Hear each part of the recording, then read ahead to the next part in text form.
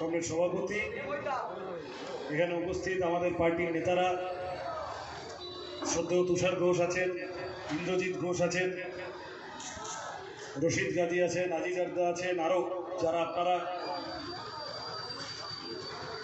প্রভাদীরা আছেন, আর যাদের কাছে মাইকের আওয়াজ পৌঁছাচ্ছে, আমি প্রত্যেককে নমস্কার জানাই, আদাব জানাই। আর বাংলা নতুন বছর, নববর্ষ, তার শুভেচ্ছা জানাই। প্রচণ্ড গরমে আমার সাথে অনেকে হেঁটেছেন, আমি বেশি কথা বাড়াবো না। এরপরে আমাদের নেতারা বলবেন কিছু জরুরি কথা, আমি অল্প করে 2-3টি বিষয় বলে ছেড়ে দেব। 1 নম্বর হলো 1 জুন ভোট। এখন আরো মাসখানেক, সোয়া 1 মাস, প্রায় 1.5 মাস আমাদের ভোট আছে। তা আমরা সিপিএম এর লোকেরা তো মোটেই, অন্য পার্টিরও যারা আছে সবাই নিজেদের মতো করে ছোটাছুটি করছে।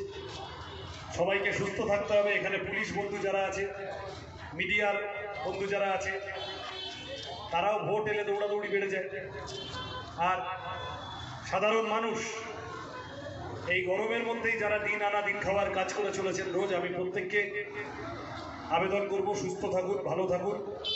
এই গরমের মধ্যে জল খাবেন বেশি করে, সবাই মিলে। অসুস্থ হয়ে গেলে চলবে। 1 তারিখ ভোট, 1 জুন, এখন দেরি আছে। অনেকে আমাকে জিজ্ঞাসা করছে যে তোমার প্রধান বিরোধীকে, বলছে আপনি তৃণমূলের বিরুদ্ধে লড়ছেন না বিজেপির বিরুদ্ধে লড়ছেন? আমি বললাম যে আচ্ছা, ওনারা ওনাদের মতো আছেন, আমার বিরুদ্ধে লড়তে হবে না। আমি সিপিএম এর পক্ষে লড়ছি, আমি বামপন্থীদের পক্ষে লড়ছি, আমি আমার রুজি রুটির কথার পক্ষে লড়ছি।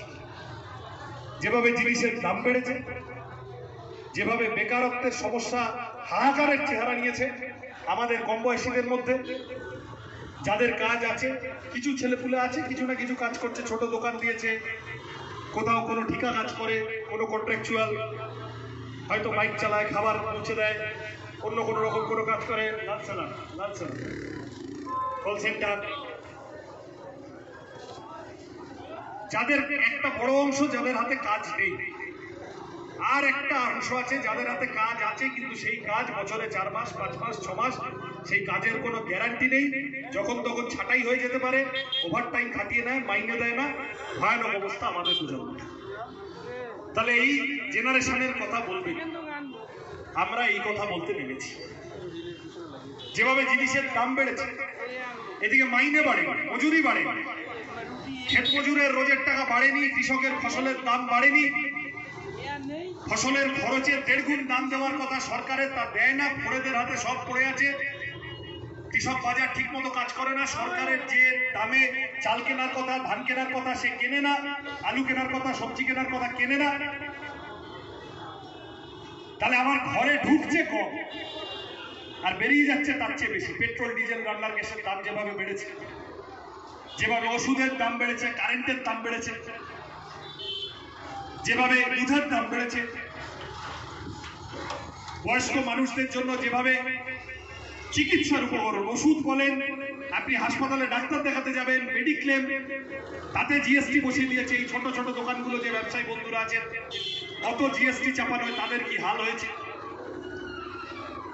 এই কথা তো বলতে হবে কাউকে না কাউকে। আমাদের যারা শ্রমিক ভাই, তাদের মজুরির কোনো মা বাপ নেই, মালিক যখন তখন ঘাড়ের ওপরে তুলে কাজ করিয়ে দিচ্ছে। একটু লেখাপড়া জানা ছেলে মেয়ে, তারাও যদি একটু সল্লেগে রাজারহাটে কাজ করতে যায়, 16 ঘন্টা 17 ঘন্টা আপনি কাজ করে পারলেন নামমাত্র মাইনেতে। অর্থাৎ মানুষের রুজি রুটির সমস্যা নিয়ে আমরা লড়তে নেমেছি। আমরা লড়তে নেমেছি স্কুল, কলেজ, হাসপাতাল। ভাঙড়ে একটা হাসপাতাল চাই, হয়ে গেছে, তৃণমূল 12 বছর হয়ে গেছে, এখনো অব্দি মোটামুটি ভাঙড়ে ঢুকলে উপরে আকাশের কথা বলতে পারবো না, বাকি নিচের রাস্তা সমেত ডান দিকে যা দেখবেন, বাদিকে যা দেখবেন, সোজা যা দেখবেন, পিছনে যা দেখবেন, সব সিপিএম এর তৈরি করে যাবে। তাহলে তারপরে 12-13 বছরে তোলাবাজি ছাড়া, গুন্ডামি ছাড়া আর বিরাট কিছু হলো না। এখন ভাঙড়ে নতুন করে হাসপাতাল, ওখানে লেদার কমপ্লেক্স বামপন্থীরা করে গেছে। আরো বেশি যদি বিনিয়োগ, আরো কাজের বন্দোবস্ত করা যায়, তাহলে দূরে দূরে যেতে হয় না ভাঙড়ের ছেলে মেয়েদের কাজ করতে। এখানে আমাদের ইস্ট কলকাতা ওয়েটল্যান্ড, গোটা বাংলার ফুসফুসের চেহারা কলকাতা শহর বেঁচে থাকে ভাঙড়ের এই কলকাতা ওয়েটল্যান্ডের উপরে দাঁড়িয়ে। সেখানে যা খুশি তাই করে পরিবেশের তোয়াক্কা না করে লুট হয়ে চলেছে জমি, দখল হয়ে চলেছে জমি, আর সেখানে সিন্ডিকেট চলছে। পরিবেশ বান্ধব উন্নয়ন হচ্ছে। আমাদের জলাভূমিকে রক্ষা করতে হবে, উন্নয়নও করতে হবে, বাড়িও বানানো হবে। বাড়ি বানাতে তো হবে, নালে লোকে থাকবে ওদের। কিন্তু সেই সব আমার আপনার ঘরে অল্প অল্প টাকা ঢুকবে ওই সব কাজে, আর ওদের নেতাদের ঘরের খাটের তলায় ফ্ল্যাটের তলায় কোটি কোটি টাকা ঢুকে যাবে, ওইভাবে হবে না। সব একসাথে মিলেমিশে সবাই ভালো করে যাতে বাঁচে তার বন্দোবস্ত করতে হবে। আমরা কি দেখেছি তৃণমূলের চুরি ডাকাতির বিরুদ্ধে আমরা কেন লোকের মধ্যে একটা কথা তৃণমূল ছড়িয়ে দেওয়ার চেষ্টা করে। তৃণমূলের লোকেরাই ফিসফিস করে চায়ের দোকানে মাছের গ্রামে ট্রেনে, আমি দেখেছি। বলছে দাদা ও চুরি করেছে তো আমার কি, আমি তো 500 টাকা পাচ্ছি, আমি তো অমুক পাচ্ছি তমুক পাচ্ছি। আচ্ছা ও চুরি করেছে ওইটাও তো আমাদেরই টাকা, ও তো কালীঘাটে টাকার গাছ নেই। আমার আপনার টাকা তৃণমূল কংগ্রেস চুরি করেছে করে পার্থবাবু, মানিকবাবু, অনুব্রত বাবু, আরো এরকম কত বাবু আর বিবি আছেন, তারা তৈরি হয়েছে। আর আমাদেরকে মুখ বন্ধ রাখার জন্য একটুখানি একটুখানি একটুখানি ছিটে ফোটা দিয়ে দিয়ে রেখেছে। ওই জন্য আমরা ভালো করে বলতে পারি, দায়িত্ব নিয়ে বলতে পারি। ওদের জায়গায় যদি আমরা বামপন্থীরা সুযোগ পাই, তাহলে আজকে যিনি 500 টাকা বা 1000 টাকা পাচ্ছেন, তিনি কালকে 2000 টাকাও পেতে পারেন। কারণ মাঝের 1000 টাকা ছেড়ে দেওয়ার মতো, মেরে দেওয়ার মতো কোনো পার্থ মানিক অনুব্রত আমাদের দলে নেই। এই যা সরকারি প্রকল্প যা সব চলছে, এখন যত ভোট আসবে তৃণমূলের লোক বাড়ি বাড়ি যাবে আর গিয়ে বলবে আমাদের ভোটটা দিলে নাম কেটে দেবে, বলবে তোমার নাম থাকবে না। বলে কেন, তোমার বাপের টাকা, তোমার পিতৃপুরুষের টাকা, ওইটা তো আমাদের টাকা। আমাদের টাকা, সরকারের টাকা, সরকারের কাছে যাচ্ছে সরকারের মাধ্যমে, আবার কিছু প্রকল্পের মাধ্যমে। তা আমাদের টাকা তোয়ালে মুড়ে ঘুষ খেয়ে নেবে, স্যান্ডো গেঞ্জি পরে ঘুষ খেয়ে নেবে, তার বদলে যদি আমাদের কাছে কিছু কিছু আসে, আপত্তি আছে। বিধবা ভাতা বামপন্থীদের সময় ছিল, বার্ধক্য ভাতা ছিল, যে কেউ এখন মোবাইল খুলে ছবি দেখে নিতে পারে। বুদ্ধদেব ভট্টাচার্য বাচ্চা মেয়েদের সাইকেল দিচ্ছেন। কত কি বামপন্থীদের সময় 2 টাকা কেজি ধরে চাল, আর এরকম কত প্রকল্প ছিল। তো সেইগুলো তুমি এমন একটা ভাব দেখাচ্ছ যেন ওইগুলো ছাড়া তুমি না থাকলে ওইগুলো বন্ধ হয়ে যাবে। কে বলেছে তৃণমূল না থাকলে ডবল ডবল চলবে, সব চলবে? তৃণমূল যদি এসে বলে যে নাম কেটে দেবে, পরিষ্কার বলুন। আমি মা কাকিমাদের অনুরোধ করছি যে সিপিএম এর ছেলেরা বলেছে তুমি যদি নাম কেটে দাও তোমাকে কোর্টে দৌড় করাবে বিকাশ ভট্টাচার্য দিয়ে, তোমার একদম পুরো ওইখান থেকে ডবল টাকা আদায় করে যাবে। সরকারি প্রকল্প থেকে নাম কাটার অধিকার কারুর নেই, কারুর। আমরা আছি সাথে। আরো তারপরে যদি এসব করতে করতে আসে, তাহলে পরিষ্কার বলেন এটা 24-এর ভোট, 2 বছর পরে রাজ্যের ভোট আছে। ভাঙড়ে কিন্তু তুমি এমনি হেরে বসে আছো। তুমি যদি এখন আমার নাম কেটেছো, তাহলে পরের বার তোমাকে পাড়ায় ঢুকতে হবে। মানুষের কাছে আমরা আবেদন করছি, অনুরোধ করছি, যে যেভাবে চান, যাকে যে যাকে পারেন ভোট দিন। তারপরে খেলায় হার জিত আছে, কেউ হারবে কেউ জিতবে, কিন্তু যে যেভাবে পারবেন, যে যাকে চান তার ভোট দিন। সেই ভোটের বন্দোবস্ত করতে হবে এবং মানুষ তার মনের কথা ভোট বাক্সে বলতে পারবেন, এই বন্দোবস্ত সবাইকে। এর যদি অন্যথা হয় তাহলে ফল খুব ভালো হবে। এরকম না যে কোথাও কিছু ফাঁকা মাঠের ব্যাপার আছে, কিন্তু আমরা শান্তিপূর্ণভাবে সবটা নিয়ে চলতে চাইছি। রুজি রুটির লড়াই সামনে রেখে লড়তে চাইছি। অন্ন, বস্ত্র, বাসস্থান, শিক্ষা, স্বাস্থ্য, কর্মসংস্থান।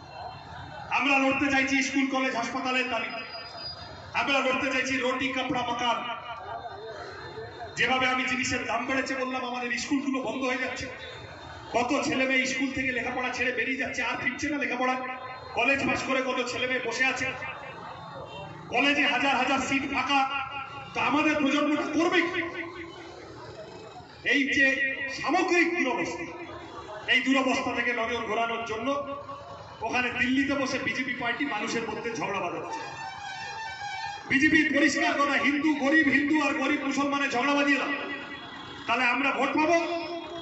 বিজেপি হিন্দুদের বলবে তোমরা একসাথে এসো, আর রাত্রিবেলা তৃণমূলকে ফোন করে বলবে আমি হিন্দুদের টেনে নিয়েছি, তোরা মুসলমানদের টেনে নিয়ে। তাহলে ভোট হিন্দু মুসলমান হয়ে গেল। আর মাঝখান থেকে পেট্রোল, ডিজেল, রান্নার গ্যাসের দাম বাদ পড়ে গেল, পিছনে চলে গেল। মাঝখান থেকে বেকারত্বের সমস্যা পিছনে চলে গেল। মাঝখান থেকে বাচ্চা মেয়েদের নাবালিকা বিবাহ, বেআইনি বাচ্চা মেয়েদের বেআইনি বিয়েতে গোটা দেশে 2 নম্বরে চলে গেছে পশ্চিমবঙ্গ, সেইটা পিছনে চলে যাবে। মিড ডে মিলের দুর্নীতিটা পিছনে চলে যাবে। আমরা ওই রুজি রুটির কথাগুলোকে সামনে আনতে চাইছি। এখানে বিজেপির কোনো গল্প, ভাঙড় তো ওদের সিলেবাসের বাইরে, আর অন্য কোথাও কিছু দুটো চারটে ভোট পেতে পারে। কিন্তু যাদবপুরে যদি তৃণমূলকে হারাতে হয় তাহলে 7টা বিধানসভা জুড়ে লড়ছে লাল ঝান্ডা। আর কারুর যদি কোথাও কিছু নিজের এলাকায় কিছু থাকে, তাদের যদি মনে হয়, তাদের অনুরোধ করবো যে ওইটা সমুদ্রের ভোট, এটা পুকুরের ভোট। ফলত তৃণমূলকে যদি হারাতে হয় আসেন লাল ঝান্ডার তলায় সবাই একসাথে। ভোট ভাগাভাগি হোক, তৃণমূল চাইছে।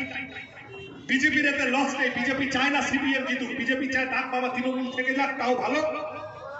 ওইসব বাড়ি বাড়ি গিয়ে ওইসব বলে হিন্দু মুসলমান, আসলে ওরা চায় লাল ঝান্ডাটাতে না ওঠে। তাহলে বিজেপি চাইছে একটু কটা ভোট কেটে ফেটে নিয়ে দিয়ে তৃণমূলকে সুবিধা করে। আরো কেউ এইরকম করেছে যাতে করে তৃণমূলের সুবিধা হয়ে যেতে পারে। আমরা সবার কাছে আবেদন করছি, তৃণমূলকে যদি হারাতে হয় তাহলে হারাবে লাল ঝান্ডা। আমরা সবাই মিলে একসাথে হারাবো।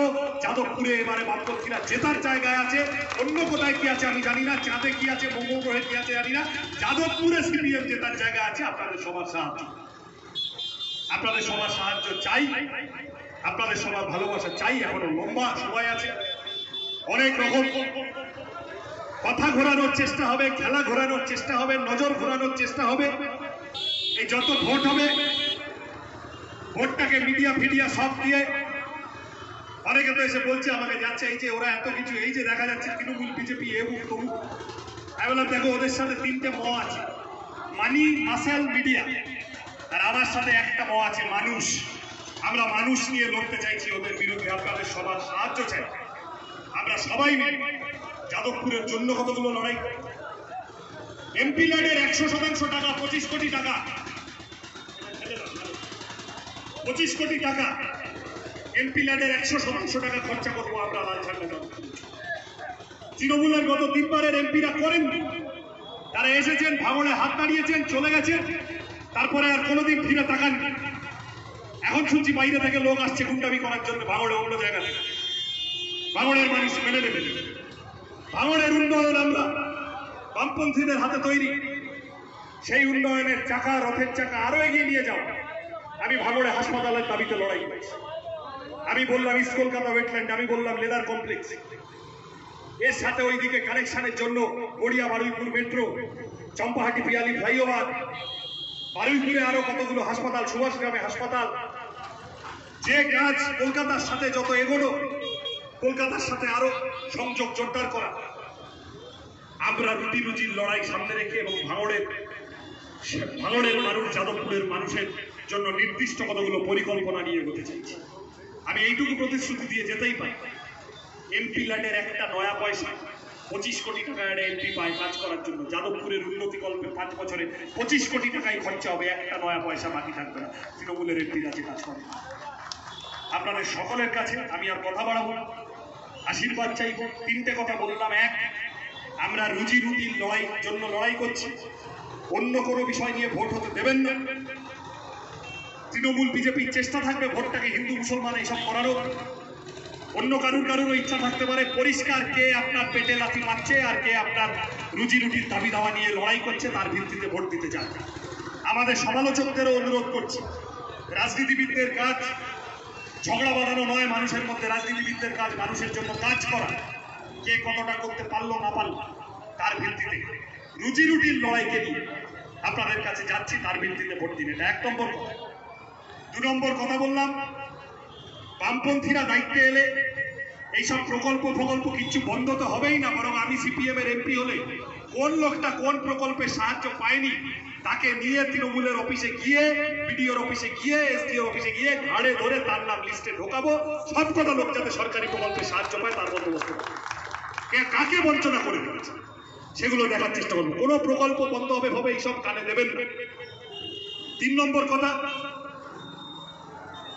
তৃণমূলকে হারাতে পারবে লাল ঝান্ডা যাদবপুর জুড়ে। ফলত অন্য কেউ যদি ভোট কেটে তৃণমূলের সুবিধা করতে চায় তাহলে সেই ফাঁদে পা দেওয়ার কোনো মানে না, কেউ পারবে না।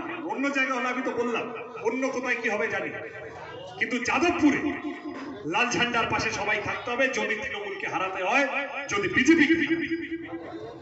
আপনাদের সকলে সাহায্য নিয়ে, ভালোবাসা নিয়ে আমি 4 নম্বর কথা বললাম যাদবপুরের জন্য আমরা কি কি করতে চাই, দু এক কথায় বললাম। আগামী দিনে যাদবপুরের উন্নয়ন, ভাঙড়ের উন্নয়ন, ভাঙড়ে শান্তি ফেরানো, মানুষের রুজি রুটির সমস্যা সমাধান করার কাজ আরো জোরের সাথে করব, এই প্রত্যয় নিয়ে আপনাদের ভালোবাসা চেয়ে আমার কথা শেষ করছি। আজকে বিদায় নিচ্ছি, রোজ আসবো, দেখা হবে, রাস্তায় থাকবো সবাই মিলে ভাঙড়ের জন্য, যাদবপুরের জন্য। নমস্কার, ভালো থাকবেন। ভোট দিন বাঁচতে, তারা হাতুড়ি কাস্তে।